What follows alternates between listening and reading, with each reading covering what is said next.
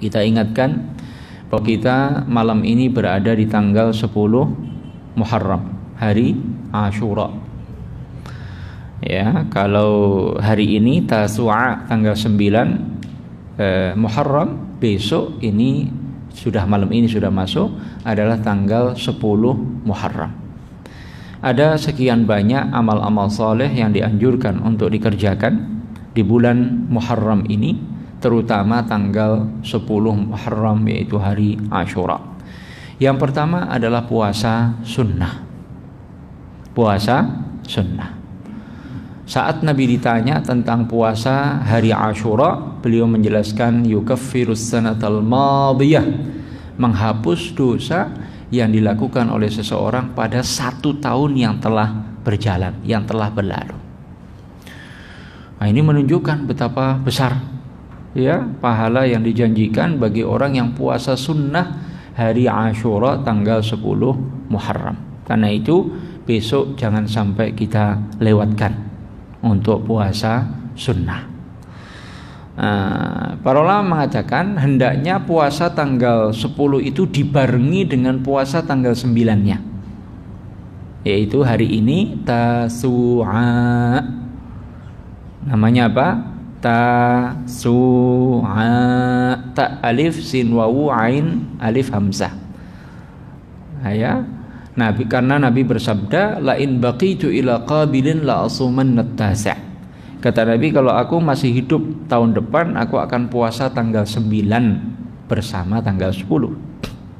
Ya, apa hikmahnya? Supaya beda dengan orang-orang Yahudi. Orang-orang Yahudi puasa tanggal 10 saja.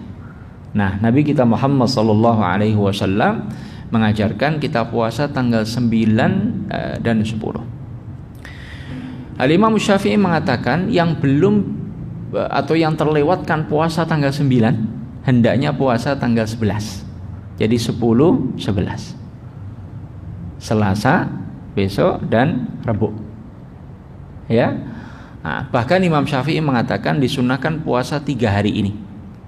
9, 10, 11. Ya. Kemudian hal lain yang disyariatkan untuk dilakukan adalah at-tawsi'ah 'alal 'iyal, melapangkan nafkah kita kepada istri kita dan anak-anak yang wajib kita nafkahi. Jadi besok hari Selasa ini ya, kita hendaknya apa? Royal royal sama anak istri. Ya, yang biasa kasih belanja sehari 200, kasih 300, 400. Ya, yang biasa makannya tempe tahu ya, besok lauknya daging atau apa ya. Syukur-syukur buka bawa makan keluar, makan di luar. Makan di restoran. Ya, besok hari Ashura kalau seandainya puasa semuanya, bukanya dibawa ke di luar misalnya, ya. Nah, jadi apa? Kita dianjurkan untuk at-tawsi'ah 'alal 'iyal. Nabi bersabda, "Man wassa'a 'ala 'iyalihi fi yaumi Ashura, wassa'allahu 'alaihi sa'iras sanah." Barang siapa melapangkan nafkah kepada istri dan anak-anak yang dia nafkahi, maka di hari Ashura maka Allah lapangkan rizkinya sepanjang tahun. Ya, tapi jangan lupa niatnya membahagiakan anak istri, mengamalkan hadis Rasulullah ya sallallahu alaihi wasallam, meniatkan mencari ridha Allah Subhanahu wa taala. Besok ya, besok kita royal. Kita lapangkan ya nafkah kepada anak istri kita. Dan beberapa amal lain yang dianjurkan, ini kita sebutkan 2 saja. Pertanyaannya, kenapa hari Ashura memiliki keutamaan yang sedemikian luar biasa? Ya, karena hari Ashura ini hari yang bersejarah dalam kehidupan para nabi alaihi wassalatu wassalam, dan dakwah para nabi alaihimussalatu wassalam sepanjang zaman. Hari Asyura hari yang sangat bersejarah dalam kehidupan para nabi dan sejarah dakwah Islamiyah yang dibawa oleh para nabi sekian banyak itu. Ya, mungkin sudah pernah dibahas, ya kita singkat saja. Hari Asyura adalah hari di mana taubat Nabi Adam dan Hawa diterima oleh Allah Subhanahu wa taala. Kita semua tahu Nabi Adam itu Allah ciptakan di surga. Jadi saat Nabi Adam diciptakan, Allah perintahkan malaikat untuk mengambil dari semua jenis tanah di bumi, kemudian dibawa oleh para malaikat ke surga. Tanah itu kemudian dicampur, diadon dengan air surga. Kemudian dengan kekuasaan Allah Subhanahu wa taala, Allah ciptakan jasad Nabi Adam langsung sempurna, besar. Ya, Nabi Adam itu bukan, nggak ada Adam kecil, kemudian remaja, kemudian dewasa, nggak ada. Allah ciptakan Nabi Adam langsung besar. Ya, dengan tinggi kurang lebih 30 meter, lebar badannya kurang lebih 3,5 meter. Ya, itu Nabiullah Adam alaihissalam. Hawa diciptakan dari dari tulang rusuk Nabi Adam, yang kiri yang paling bawah. Ya, yang diciptakan dari tulang rusuk itu hanya Hawa. Sementara keturunan Adam dan Hawa diciptakan dari mani bapak ibunya, kecuali Nabiullah Isa alaihissalam. Ya, jadi kalau ada yang bilang saya ingin cari tulang rusuk saya yang hilang, itu tidak tepat. Ya, ya, itu istri kita, perempuan-perempuan yang sekarang hidup dan sebelumnya, ya, itu diciptakan dari mani bapak ibunya. Ya, yang diciptakan dari tulang rusuk itu cuma Hawa, ya, istri Nabiullah Adam alaihissalam. Nah, kemudian Adam dan Hawa hidup di surga. Ya, mereka dibolehkan oleh Allah Ta'ala menikmati semua kenikmatan di surga itu, ya. Cuma dilarang makan dari buah satu pohon yang ada di surga. Namun Hawa dan Adam itu melanggar larangan Allah Ta'ala ini, ya, sehingga mereka terjatuh dalam perbuatan maksiat. Tapi maksiatnya bukan kekufuran, kemusyrikan, bukan dosa-dosa besar setingkat minum khamr atau berzina. Nah, juga bukan dosa kecil yang menunjukkan rendahnya jiwa pelakunya, karena Nabi Adam bukan mencuri. Ya, kalau ada orang mencuri ke pasar, lewat tukang buah, ngentit ngambil satu buah anggur, itu namanya dosa kecil. Cuman itu menunjukkan rendahnya mental pelakunya, mentalnya mental pencuri itu. Hanya karena satu buah anggur dia mencuri. Nah, maksiat yang dilakukan oleh Nabi Adam bukan mencuri, karena itu bukan milik siapa-siapa, milik Allah. Ya, dan kita tahu para nabi memang maksum, para nabi itu terjaga dari kekufuran, kemusyrikan. Jadi dari kecil para nabi sudah mendapatkan ilham dari Allah, tidak ada yang berhak disembah kecuali Allah. Dari kecil para nabi itu Allah jaga. Makanya Nabi kita Muhammad dari kecil sampai umur 40 tahun tidak pernah nyembah berhala, meskipun hanya ikut-ikutan, tidak pernah.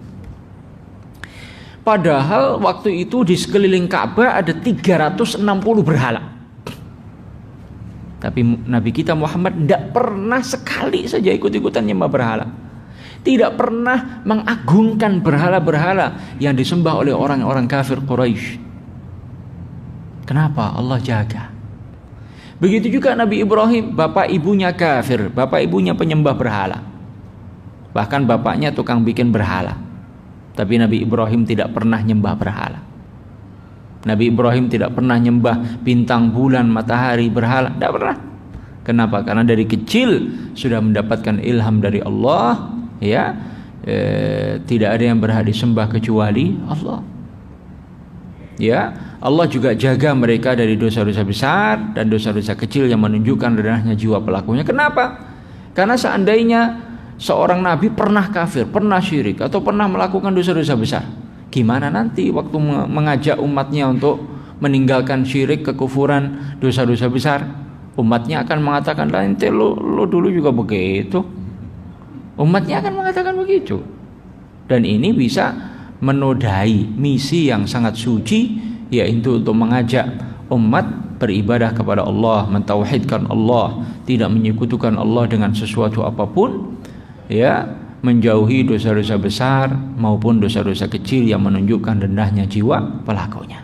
Nah, setelah Nabi Adam bermaksiat, maka kemudian ya kita mengatakan Nabi Adam bermaksiat dan Hawa karena dalam Al-Quran Allah tegaskan itu, wa asa Adamu rabbahu. Adam berbuat maksiat kepada Tuhannya. Kemudian setelah itu mereka bertaubat, mereka bermunajat, berdoa kepada Allah, Rabbana zalamna anfusana wa illam taghfir lana wa tarhamna lanakunanna minal khasirin. Ini doa yang dipanjatkan oleh Adam dan Hawa, kemudian taubatnya diterima oleh Allah Subhanahu wa taala. Rabbana zalamna anfusana wa illam taghfir lana wa tarhamna lanakunanna minal khasirin. Kapan diterimanya taubat Nabi Adam? Di hari Ashura tanggal 10 Muharram. Di hari Ashura pula perahu yang dinaiki oleh Nabi Nuh dan orang-orang yang beriman bersamanya selamat mendarat di Bukit Al-Judi di Irak. Ya, kita tahu Nabiullah Nuh alaihissalam itu Allah utus kepada kaum yang kafir. Nabi Adam itu diutus oleh Allah menjadi nabi dan rasul mengajarkan Islam dengan syariat yang Allah turunkan kepadanya. Semua umat Nabi Adam muslim, tidak ada yang kafir. Siapa umat Nabi Adam itu? Anak-anak dan cucu-cucunya. 40.000 orang. Saat Nabi Adam meninggal dalam umur kurang lebih 1000 tahun, itu umat Nabi Adam sebanyak 40.000 orang. Itu anak-anak dan cucu-cucu Nabiullah Adam alaihissalam. Mereka semuanya tidak ada yang kafir, semuanya mukmin, semuanya muslim, tidak ada yang kafir. Termasuk Qabil yang membunuh Habil. Qabil itu muslim, bukan kafir. Tapi dia melakukan dosa besar, membunuh saudaranya yaitu Habil, dalam Al-Quran disebutkan. Ya, kemudian Nabi Adam meninggal, diutuslah Syith. Syith ini anak bontot Nabi Adam, diangkat menjadi nabi dan rasul. Nabi Syith meninggal, diangkat Nabiullah Idris alaihissalam menjadi nabi dan rasul, masih keturunan Syith alaihissalam. Nabi Idris umat Nabi Idris semuanya muslim, umat Nabi Syith semuanya muslim, umat Nabi Idris kemudian semuanya muslim, tidak ada yang kafir. Ya. Kemudian Nabi Idris meninggal. Saat Nabi Idris meninggal, umat Nabi Idris masih muslim. Ya, ada orang-orang ulama-ulama, ada orang-orang saleh. Di antara orang-orang saleh di kalangan umat Nabi Idris ada 5 orang. Wadd, Suwa', Yaghuth, Ya'uq, Nasr. 5 nama 5 orang saleh di kalangan umat Nabi Idris alaihissalam. Kemudian saat 5 orang meninggal, orang soleh 5 orang meninggal ini, ada generasi setelahnya. Saat itu datang iblis menemui mereka dalam bentuk manusia tentunya.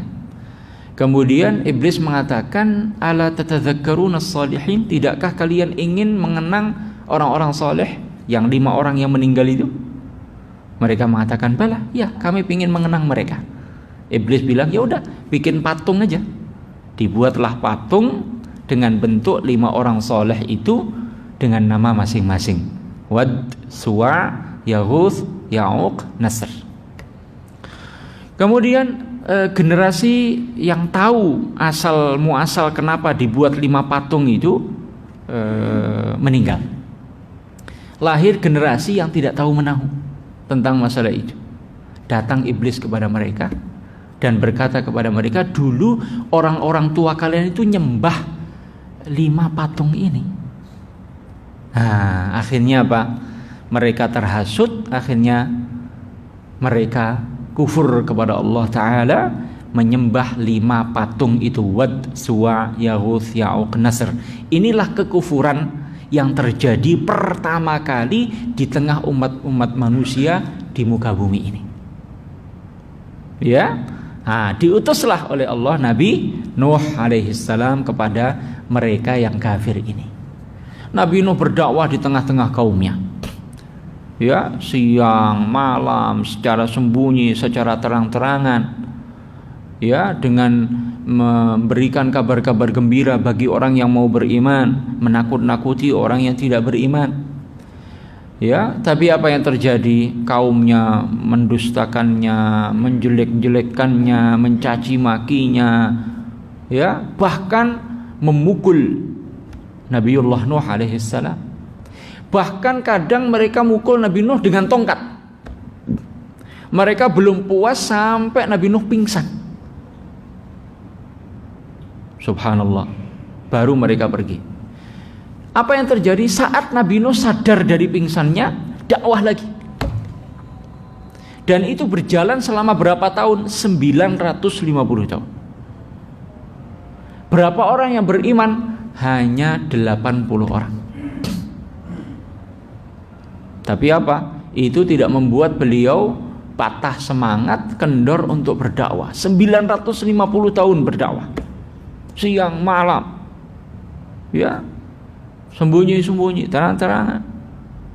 Selama 950 tahun disakiti, diintimidasi dan lain-lain, dilecehkan, diejek. Beliau tidak goyah, beliau tidak gentar. Sampai kemudian Allah wahyukan kepadanya, wahai Nuh, tidak ada lagi yang beriman kepadamu kecuali yang sudah beriman itu. Sekitar 80 orang itu. Maka saat itulah Nabi Nuh berdoa kepada Allah. Ya, sudah didakwain, tetap aja kaumnya itu ngotot nyembah 5 patung tadi itu. Ya, kaumnya mengatakan di sesama mereka, la tadharunna waddan wala suwa'un wala yaghutha wa ya'uq wa nasra. Mereka di kalangan mereka berkata, di surat Nuh dijelaskan, mereka saling berpesan kepada sesama mereka, jangan tinggalkan untuk nyembah Wad, Suwa', Yaghuth, Ya'uq, Nasr. Ya, akhirnya setelah diwahyukan kepada Nabi Nuh bahwa tidak akan nambah orang yang beriman, sudah yang beriman itu yang beriman, tidak akan nambah lagi. Kemudian beliau berdoa kepada Allah, Rabbi la tadhar 'alal ardi minal kafirin dayyara. Innaka in tadharhum yudillu 'ibadaka wa la yalidu illa fajiran kaffara. Nabi Nuh mengatakan, ya Allah, jangan sisakan mereka yang kafir ini di muka bumi. Musnahkan semuanya. Karena kalau dibiarkan hidup, mereka akan mengajak orang untuk kafir, dan mereka tidak akan melahirkan kecuali anak-anak dan cucu-cucu yang kafir. Maka Allah perintahkan Nabi Nuh untuk bikin perahu dari pohon, ya, yang hidupnya seumuran Nabi Nuh. Pohonnya udah besar. Pohon umurnya 1000 tahun, kayak apa gedenya itu. Nabi Nuh bikin perahu. Panjangnya itu kurang lebih 150 meter. Lebarnya 40 meteran kurang lebih. Dibikin beberapa tingkat. Ya. 3 tingkat. Yang paling bawah binatang-binatang yang semacam sapi, kambing dan semacamnya itu. Yang lantai 2 untuk manusia, lantai 3-nya untuk burung-burung dan semacamnya, masing-masing sepasang-sepasang. Ya, akhirnya Allah kirimkan azab kepada Nabi Nuh, kepada kaum Nabi Nuh. Allah perintahkan bumi untuk mengeluarkan airnya. Maka bumi mengeluarkan airnya selama 40 hari 40 malam. Allah perintahkan langit untuk menurunkan hujannya. Hujannya tidak biasa, satu tetesnya sebesar gunung. Nah ini banjirnya bukan banjir lokal Pak, banjir seluruh dunia. Banjir seluruh dunia. Ya, air keluar memancar dari bumi selama 40 hari 40 malam. Sampai airnya apa? Berada ketinggiannya itu lebih tinggi dari gunung yang tertinggi di dunia. Lebih dari itu, 15 meter di atas itu. Baru turunlah hujan yang setetesnya itu segede gunung. Allahu Akbar. Itu seandainya hujan dulu yang turun, itu gunung pada hancur, bumi pada retak, pecah-pecah.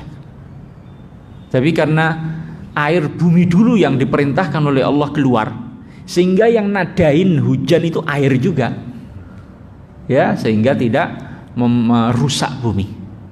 Ya, subhanallah. Akhirnya banjir luar biasa, banjir besar, seluruh dunia kena, seluruh dunia kena banjir itu. Ya, maka perahu yang dinaiki oleh Nabi Nuh dan orang-orang yang beriman bersamanya. Nabi Nuh itu punya beberapa anak, Ham, Sam, Yafith, itu beriman. Ada Kanaan yang tidak beriman. Kemudian dari kaumnya yang sekitar 80 orang itu. Maka perahu itu keliling dunia. Ya, sampai ke Makkah, mengelilingi Ka'bah 7 kali. Berjalan dari Safa ke Marwah 7 kali. Datang ke Arafat, ke Mina, ke Muzdalifah. Ya.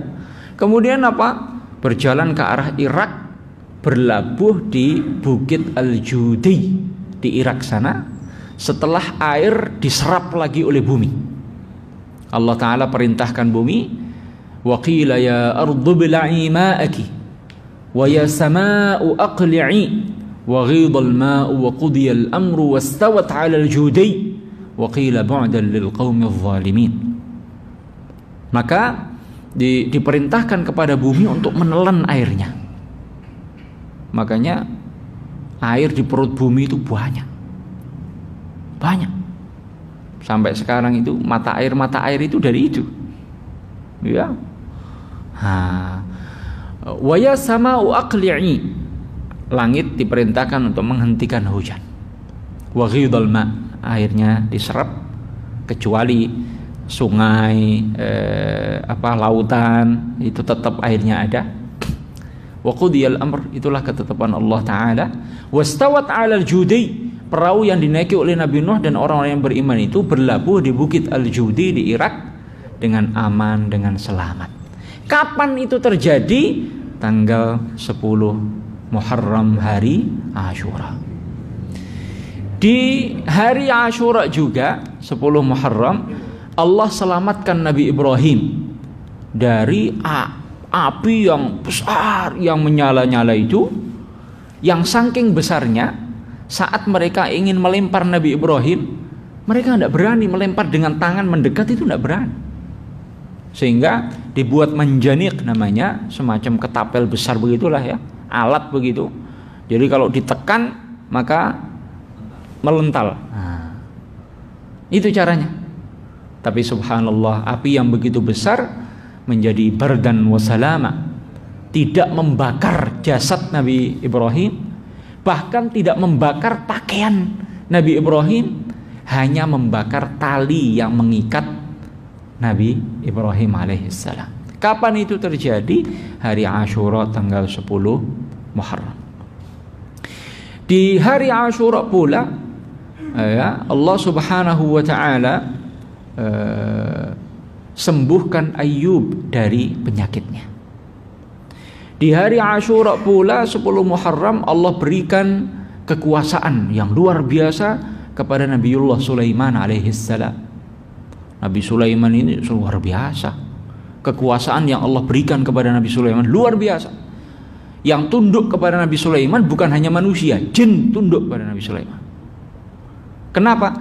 Kalau jin itu menolak perintah Nabi Sulaiman, menyalahi perintah Nabi Sulaiman, langsung kena azab dari Allah. Oh ya, maka kalau ada apa-apa, Nabi Sulaiman itu punya pembantu-pembantu dari bangsa jin, juga pembantu-pembantu dari bangsa manusia di kerajaannya itu. Kalau rapat itu yang hadir sebagian dari bangsa jin, sebagian dari bangsa manusia. Ya, waktu Nabi Sulaiman ingin mendatangkan tahta Bilqis, ya, untuk menundukkan Bilqis, itu apa yang terjadi? Beliau tawarkan itu kepada semua yang hadir di rapat beliau itu, siapa yang bisa mendatangkan tahta Bilqis ke sini? Ifrit, angkat tangan. Ifrit. Wa qala ifritu minal jinni ana atika bihi qabla an taquma min maqamik. Ifrit bilang, Nabi Sulaiman, saya bisa mendatangkan tahta Bilqis sebelum majelis ini bubar, sebelum rapat selesai. Belum diterima usulan itu. Usul yang lain namanya Asif ibnu Barkhiyah, seorang muslim wali, orang yang beriman kepada Allah dan Nabi Sulaiman dan menerapkan syariat Nabi Sulaiman dengan sempurna, mengikuti Nabi Sulaiman dengan sempurna. Kata beliau, saya bisa mendatangkan tahta Bilqis dalam sekejap mata. Akhirnya didatangkanlah tahta Bilqis dalam sekejap mata. Nabi Sulaiman luar biasa. Nabi Sulaiman kemana-mana alat transportasinya apa? Angin, dibawa angin. Jadi beliau naik permadani dibawa oleh angin. Mau kemana juga dibawa oleh angin. Ya, suatu ketika ada seorang petani umat Nabi Sulaiman melihat Nabi Sulaiman terbang, ya, dibawa oleh angin. Kata petani itu, subhanallah, laqad utiya alu Dawuda mulkan azimah. Masya Allah, anak Nabi Dawud mendapatkan kekuasaan yang luar biasa dari Allah Ta'ala. Nabi Sulaiman dengar itu. Beliau kemudian menghampiri orang ini dan berkata, kamu jangan mengharap sesuatu yang tidak bisa kamu peroleh. La tasbihatun wahidatun yaqbaluha Allahu minka khairun minal ardi wa ma fiha. Kamu baca tasbih sekali, subhanallah, dan itu diterima oleh Allah, itu lebih baik untukmu dari dunia dan seluruh isinya. Ya, belum lagi Nabi Sulaiman Allah jadikan paham bahasa burung. Luar biasa. Nah, kapan itu Nabi Sulaiman memperoleh kekuasaan itu? Di hari Asyura tanggal 10 Muharram. Di hari Asyura tanggal 10 Muharram juga Allah pertemukan kembali Nabi Yusuf dengan ayahandanya Nabi Yaqub. Ya. Di hari Asyura juga Allah Ta'ala menyelamatkan Nabi Musa dan Bani Israel dari kejaran Fir'aun. Ya. Sementara Fir'aun dan pasukannya ditenggelamkan oleh Allah Subhanahu wa Ta'ala. Masih panjang, ya, sejarah hari Asyura tanggal 10 Muharram. Yang pasti itu hari yang bersejarah bagi para nabi, kehidupan mereka dan sejarah dakwah para nabi alaihi wassalatu wassalam. Pelajaran-pelajaran yang bisa kita ambil diantaranya tajdidut taubah. Hendaknya kita selalu memperbaharui taubat kita kepada Allah. Ya, Nabi Adam dan Hawa bertaubat kepada Allah Ta'ala. Bagaimana kita yang berlumuran dosa ini? Ya, kita belajar dari dakwah para nabi alaihi wassalatu wassalam. Dakwahnya lama, 950 tahun, yang iman cuma 80-an orang. Nabi Yunus berdakwah di tengah kaumnya penduduk Ninawa 33 tahun, yang beriman 2 orang. Yang beriman 2 orang. Masya Allah. Tapi apa? Para nabi itu tidak pernah berhenti berdakwah. Tidak bosan, tidak jemu, tidak mengenal letih, capek. Kenapa? Karena itu perintah Allah. Para nabi semuanya menunaikan tugas mereka dengan sebaik-baiknya. Ya. Pelajaran yang bisa kita petik juga bahwa para nabi alaihi wassalatu wassalam, ya, mereka tidak membalas keburukan dengan keburukan. Ya, orang yang pernah menjahati, berbuat buruk kepada para nabi, oleh para nabi dimaafkan, sehingga itu menjadi daya tarik mereka untuk masuk Islam. Seandainya para nabi itu kayak kita, orang yang jahat pada kita, kita jahatin juga, kita balas juga, ya tidak akan banyak yang beriman kepada para nabi alaihi wassalatu wassalam. Ya, Nabi menegaskan, ana kuntu baina syarri jaraini, Uqbah ibn Abi Mu'aid wa Abi Lahab. Kata Nabi, aku dulu di Makkah hidup di antara dua tetangga terburuk, yaitu Uqbah ibn Abi Mu'aid dan Abu Lahab. Mereka itu tiap hari ngelemparin kotoran, tai, dilemparkan ke pintu rumah Nabi Muhammad sallallahu alaihi wasallam. Wah, luar biasa. Nabi Agung Muhammad, makhluk Allah yang paling mulia, salah satu ujian dakwahnya apa? Dilemparin kotoran, dilemparin tai tiap hari. Allahu Akbar. Ya, belum lagi ya Nabi dilemparin kotoran onta, ya duri-duri diletakkan di jalan di mana Nabi biasa lewat. Oh, luar biasa. Tapi apa yang terjadi saat Nabi menaklukkan kota Makkah? Apakah beliau manggil, ayo siapa yang dulu jahat sama ini, balas? Tidak. Yang mau masuk Islam beliau maafkan. Ya. Dan masih banyak pelajaran-pelajaran lain yang bisa kita petik dari sejarah perjuangan para nabi, dakwah para nabi alaihi wassalatu wassalam. Di lain kesempatan insyaallah akan kita sampaikan. Mudah-mudahan bermanfaat ya. Jangan lupa besok hari Asyura kita puasa. Yang belum sempat puasa hari ini ya, maka puasa besok dan besoknya lagi, Selasa dan Rabu.